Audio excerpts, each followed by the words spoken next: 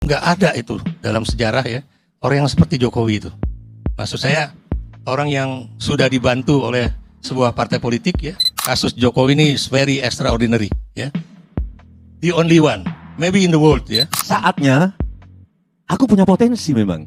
Bantuanmu adalah lantaran dari Tuhan yang diberikan, bukan karena satu-satunya, karena aku memang punya potensi. Oh, kalau gitu saatnya Pak Karni bisa melupakan Anda, karena Anda mengungkit-ungkit terus.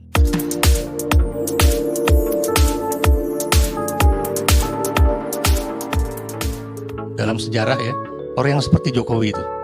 Maksud saya, orang yang sudah dibantu oleh sebuah partai politik ya, dari tingkatan yang wali kota, kemudian jadi gubernur, jadi presiden, dia minta anaknya jadi wali kota di Solo, dikasih juga, dia minta mantunya jadi wali kota Medan, dikasih juga ya.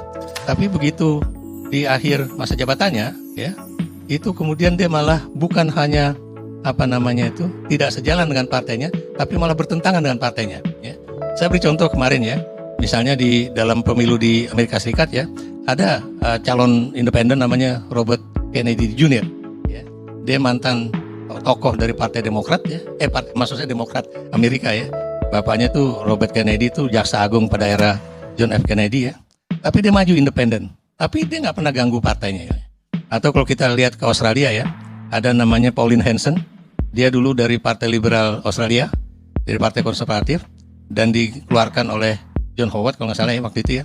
Kenapa? Karena dia terlalu rasis lah terhadap orang-orang Asia lah gitu. Tapi begitu dia dikeluarkan, dia maju. Kadang-kadang antara liberal dengan One Nation Party juga bisa saja kerjasama, karena biar gimana pun ideologi mereka satu lah. Atau sebutlah siapa juga ya tokoh-tokoh yang dulu berasal. Kalau saya sebutkan satu-satu ya, Prabowo itu dulu adalah tokoh Golkar ya.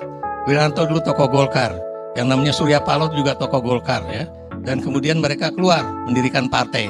Apakah kemudian ada upaya dari tokoh-tokoh yang keluar dari partai Golkar itu kemudian untuk mendiskreditkan partai lamanya ya, atau partai Golkar ya, atau berupaya untuk menginjak-injak partai lamanya? Nggak ada bang ya. Makanya saya bilang kasus Jokowi ini is very extraordinary ya, the only one, maybe in the world ya, in the world. Nah, itu nanti biar EG yang itu. Dan buat saya aneh ya, saya beri contoh ya. Kemarin di Bali gitu kan, bagaimana dia berupaya untuk mendukung salah satu pasangan ya di sana ya. Dan kemudian bagaimana dia juga untuk meniadakan kesempatan bagi gubernur petahana ya, yang kebetulan dari PDIP. Dan kemudian, tapi dia lupa bahwa dia menjadi Presiden Republik Indonesia 2014. Suara antara lain yang terbanyak itu adalah dari Bali. Dan kota yang menjadi suara terbanyak dia adalah Gianyar. Tapi Bang Karni ingat ketika dia ke Gianyar, kalau nggak salah 2023 ya, dia minta supaya semua spanduk PDIP, semua pokoknya yang ada gambar-gambar calon gubernur atau apa dari PDIP itu dicabut gitu kan. Buat saya aneh ya. Itu yang tadi saya bilang aneh. Atau Anda lihat ya kasus Jawa Tengah ya, dia tahu dia maju jadi presiden juga pasti dukungan dari Jawa Tengah itu tinggi ya. Dan kita tahu Jawa Tengah itu adalah kandang banteng. Termasuk juga misalnya Bali lah, Bali biar gimana pun kandang banteng. Kalau Sumatera Utara saya nggak aneh ya, kenapa nggak aneh? Karena ada mantunya di situ. Tapi bagaimana Jakarta misalnya kan? Jakarta, ini yang maju adalah mantan menteri dia, sekretaris kabinet dia, yang 10 tahun bekerja sama dia, 9 tahun lah kalau kita kurangi sedikit ya. Dan kemudian menjadi orang tangan kanan dia yang sangat dipercaya. Tapi begitu dia maju, tadinya dia maju, ya nanti kamu contoh aja kayak saya dari bukan cuma belusukan tapi yang saya maksud tuh yang tadi elektabilitasnya kecil bisa naik kan. Tapi di lain itu ada upaya-upaya dia untuk bagaimana mengurangi elektabilitas dia untuk bisa melangit begitulah ya. Demikian juga bagaimana ya seorang panglima juga yang udah berjasa sama dia gitu kan. Ya Andika Perkasa ya. Tapi kemudian juga bagaimana diusahakan supaya pokoknya dia jangan sampai terpilih. Apa yang ingin saya katakan di sini, Abang benar bahwa ini adalah pertarungan tajam antara Jokowi dan Megawati, tapi kalau saya boleh tidak personifikasi, itu antara Jokowi dengan PDIP. Bagaimanapun ini adalah pertarungan mempertahankan siapa yang misalnya berhak untuk menyatakan diri paling hebat ya. Atau kalau kita mau mengatakan siapa yang benar-benar menjadi tokoh yang berpengaruh khususnya di Jawa Tengah ya. Apakah misalnya PDIP bisa tetap mempertahankan Jawa Tengah sebagai kandang banteng ya, ataukah kemudian Jawa Tengah memang sudah bisa dilibas oleh kepandaian Jokowi. Mungkin disclaimer dulu, saya sekarang cucu sudah 3.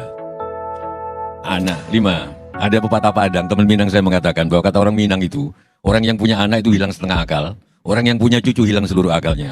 Gitu. Ya. Nah, tanggapan saya ini tanggapan yang sudah orang yang hilang akalnya.